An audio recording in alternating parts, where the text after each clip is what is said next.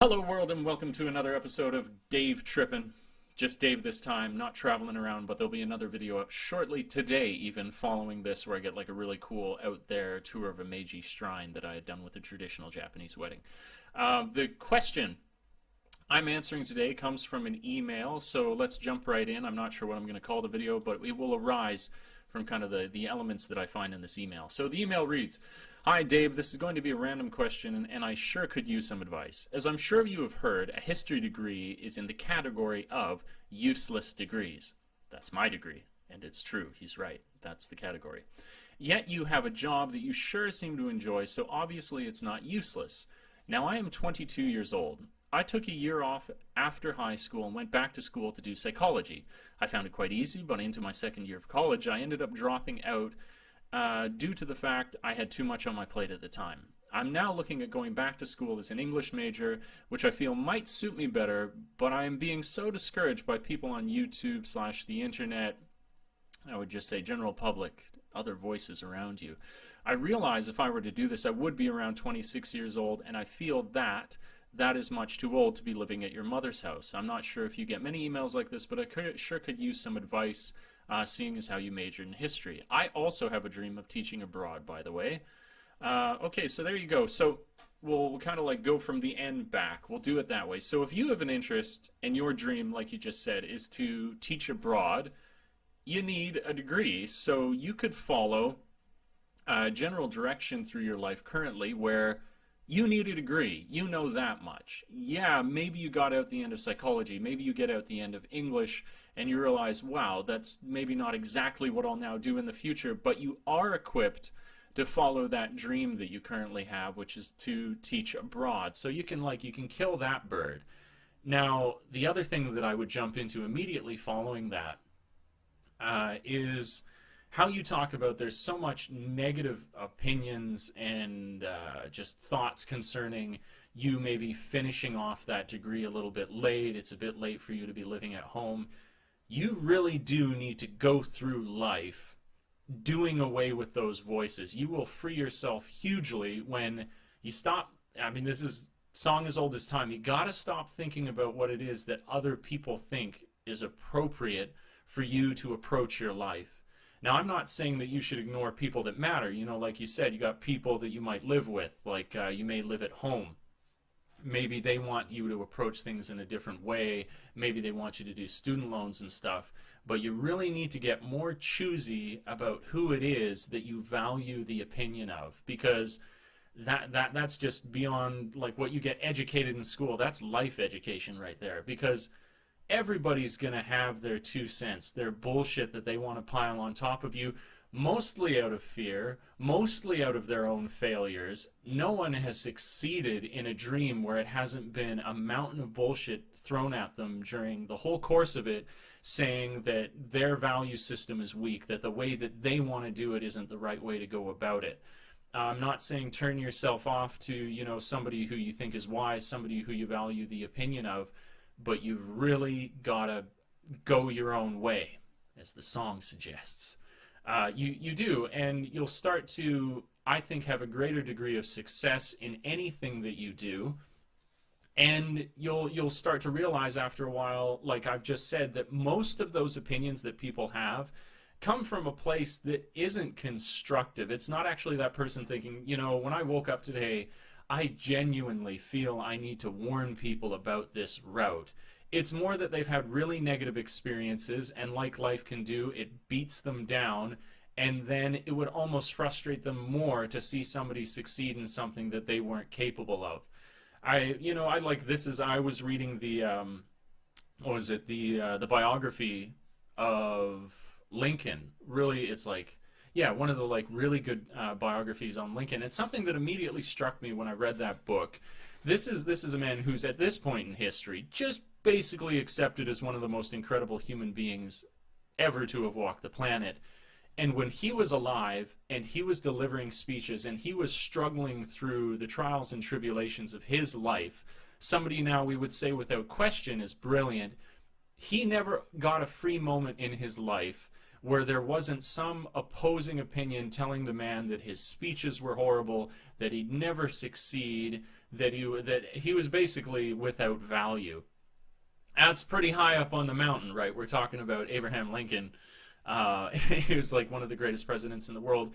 But to me, it just showed the fact that someone whose career you might think is infallible, someone you think might not have struggled through all these shitty voices that are thrown at us all the time, they do too. Everybody does. It's if people don't hate you, then you're not following the right career path. You're not aspiring to something that's got some real gravity behind it. It's easy to go through the route that everybody puts in quotes is realistic, right? And that, to me, I hate the word like realistic. It's usually realistic is then confined to whoever just said it, because I think maybe it's only realistic to do this one thing, but then somebody might break out of that way of thinking and they succeed in it. So why should we confine ourselves to that way of thinking? It's basically a rant for identify the sort of trials and tribulations, that's my popular phrase this video, that you're going to be up against, and see how you can beat them. Don't set expectations that are absolutely ridiculous, like if something costs $100,000 to do, you're like, I'm going to raise the $100,000 to get this kind of an education. You can usually, even if you have to work around it, do exactly what it is that you want to do. To hell with the people who say otherwise. I mean, I'm going like little bits and pieces here, but a lot of people, when I started the YouTube channel, when I started it, I would get from people kind of like a little pat on the head, like, oh, that's cute that you're doing that, and the thought was that with me answering emails in my room trying to help people, that I wouldn't gain any kind of subscribership. And lo and behold, grinding it out, and a healthy dose of fluke, but just I'm there, I'm doing it. I've slowly started to garner a little bit of success, and it's always, it doesn't matter where you go to succeed.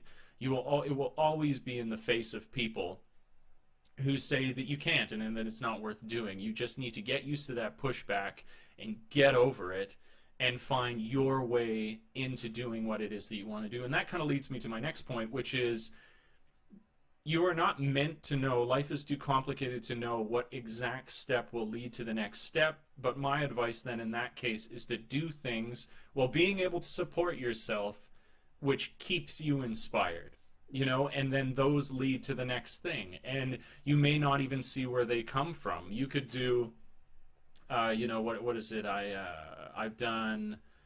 Just the people that I've met where I was like, oh, I want to go back to school. That's what I wanted to do after, I've gone back to school a couple times in various occasions, but I knew I wanted to go back to school. I didn't know exactly how it was all going to fit together, but I got enough money together to go back to school, and I was going through that process, and school at that time didn't even go that well for me. I was like, wow, I've spent all this money, I'm back in it again.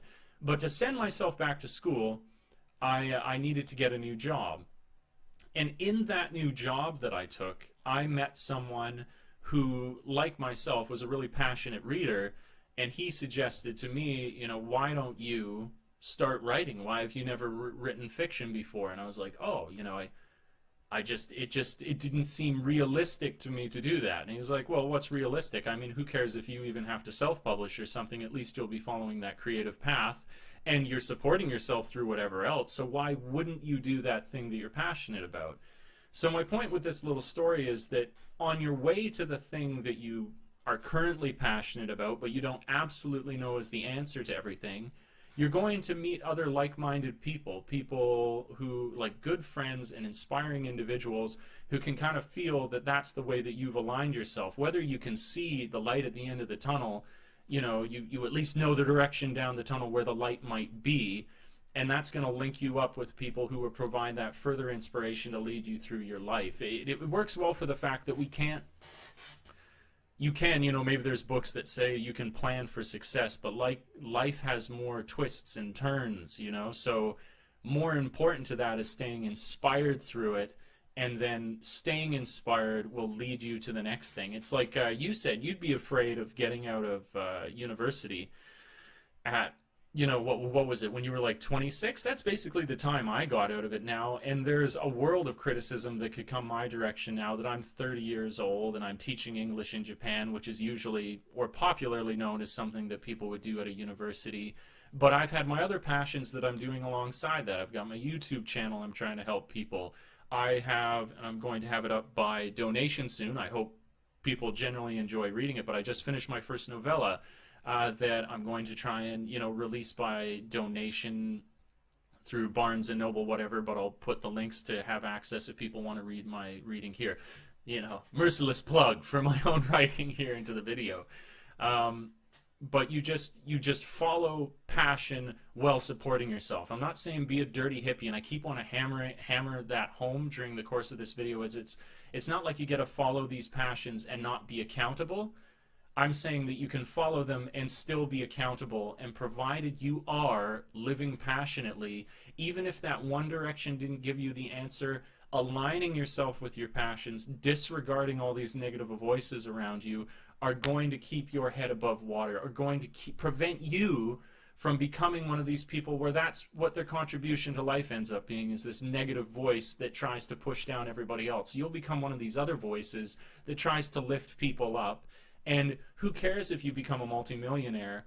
The whole spirit of your life at that point is going to be a hell of a lot more worth living than somebody who's given in with like a stable income. I'll just go through, you know, what it is, like quote after quote here. I don't usually like to go for, you know, what is it, like actors quotes, but like Jim Carrey had a great quote when he was giving there was some commencement speech he gave, and he said that you can fail at what you don't like. That's just life. So why not fail at something that you're passionate about, you know? Failure is a part of it, so why not fail at something constantly that you love, you know? And our failures are lessons. So that's my thought, is like, if you're interested, you know, if you made it this far, I'm almost making this video directly for you, that you wrote the email. This video is going to be too long, it's going to be too rambly.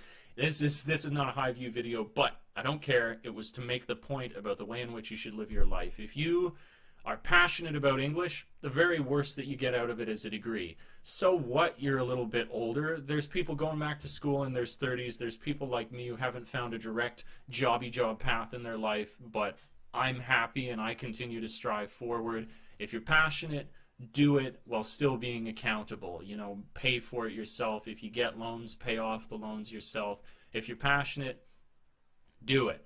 That's my advice to you. And it'll sort itself out along the way, because you are doing something you are passionate about, because you have positively aligned yourself.